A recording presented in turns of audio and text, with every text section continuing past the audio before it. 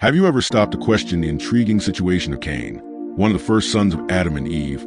According to the biblical narrative, how could he have had a wife? And even more puzzling, how could he have fathered a child? Considering that Adam and Eve were the only progenitors of humanity, by examining the Bible between the lines, we will uncover the answers to this mysterious enigma. So right now, I invite you to subscribe to the channel, leave your like, and join us on this fascinating discovery.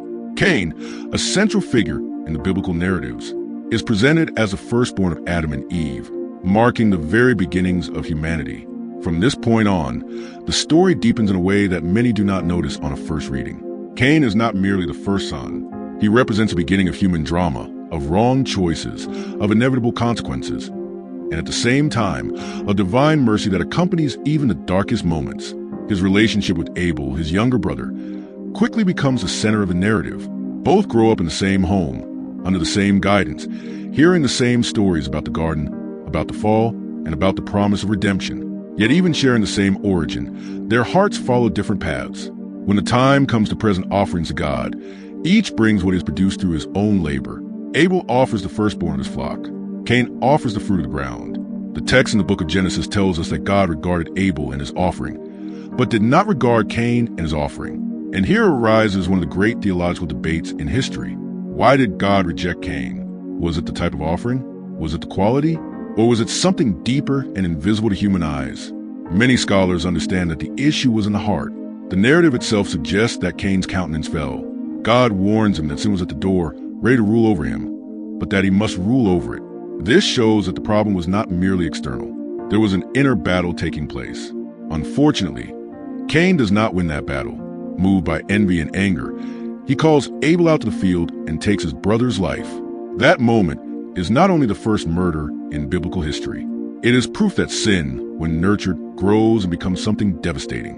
When God confronts him, asking where Abel is, Cain responds coldly, "Am I my brother's keeper?" That response reveals not only guilt, but hardness of heart. As a consequence, God declares that the ground would no longer yield to his cultivation, and that he would become a wanderer. In addition, he places a mark upon him. The Bible does not physically describe this mark, but makes clear that it had two purposes: to signal his condition and to protect him from vengeance. And here arises the great question that spans generations. Cain fears that as he wanders the earth, some will find him and kill him. But who were these people? If up to this point we only know Adam, Eve, Cain, and Abel, where do these others come from? The answer begins to appear when we read the biblical text more carefully. In Genesis chapter 5, we are told that Adam lived many years after the birth of Seth and had sons and daughters. In other words, the Bible never stated that Cain and Abel were the only descendants. On the contrary, considering that the recorded age is extended into centuries, it is entirely plausible that Adam and Eve had a large number of children over time. The biblical narrative does not detail every name because its focus is not to build a complete family tree, but to convey a spiritual message. Within this perspective, the most widely accepted explanation throughout tradition is that Cain married one of his sisters or a close relative. This may sound strange to the modern mindset, but we must remember that we are speaking about the beginning of humanity. In that context, there were not yet formal prohibitions against unions between close relatives. These laws would only be established many centuries later, especially in the book of Leviticus, when God gave the law to Moses and defines clear boundaries to preserve the social and family structure of the people. At the beginning, however, the multiplication of humanity required that the descendants of Adam and Eve unite among themselves. Furthermore, according to traditional biblical logic, humanity was still closer to the original creation, which would imply less genetic degeneration, an argument often used by theologians when addressing this issue. But Cain's story does not end with the curse. It continues. The text states that he went to the land of Nod, where he knew his wife, and from that union a son named Enoch was born. And more than that, Cain built a city and named it after his son. This detail is extremely significant. The man who was condemned to wander decides to settle. The first murderer also becomes a founder of city. This shows that even in the midst of the consequences of sin, humanity continues to advance. Culture develops. Families grow. History moves forward. There are still those who propose alternative theories, such as the possibility that God created other human groups outside the lineage of Adam. However, this idea finds no explicit support in the traditional biblical text. The narrative of Genesis clearly focuses on the descendants of a single original couple.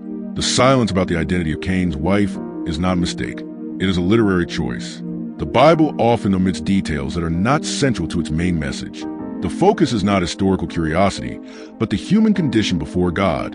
And perhaps that is exactly what makes this story so powerful. It teaches us that the human problem does not begin in circumstances, but in the heart. That untreated envy can turn into tragedy, that the consequences of sin are real, but also that God, even while judging, still demonstrates mercy. The mark of Cain was not only a symbol of guilt, it was also a sign of protection. God did not allow him to be killed. This reveals that divine justice does not cancel grace. In the end, the question who was Cain's wife finds its most coherent answer within the biblical text itself. She was most likely a sister or close relative, part of the extensive descendants of Adam and Eve, mentioned generally but not individually detailed. However, more important than satisfying curiosity is understanding the message. Cain's story invites us to reflect on our own choices, on how we deal with frustration, on what we do when we feel rejected, and on the need to master what seeks to master our hearts. If this reflection brought clarity to you, take a moment now to leave your like. It greatly helps the channel continue producing deep and well-grounded content like this. If you are not yet subscribed, subscribe and turn on notifications, and click on one of the next videos appearing on your screen. I am certain that the next biblical story will further expand your understanding and strengthen your faith.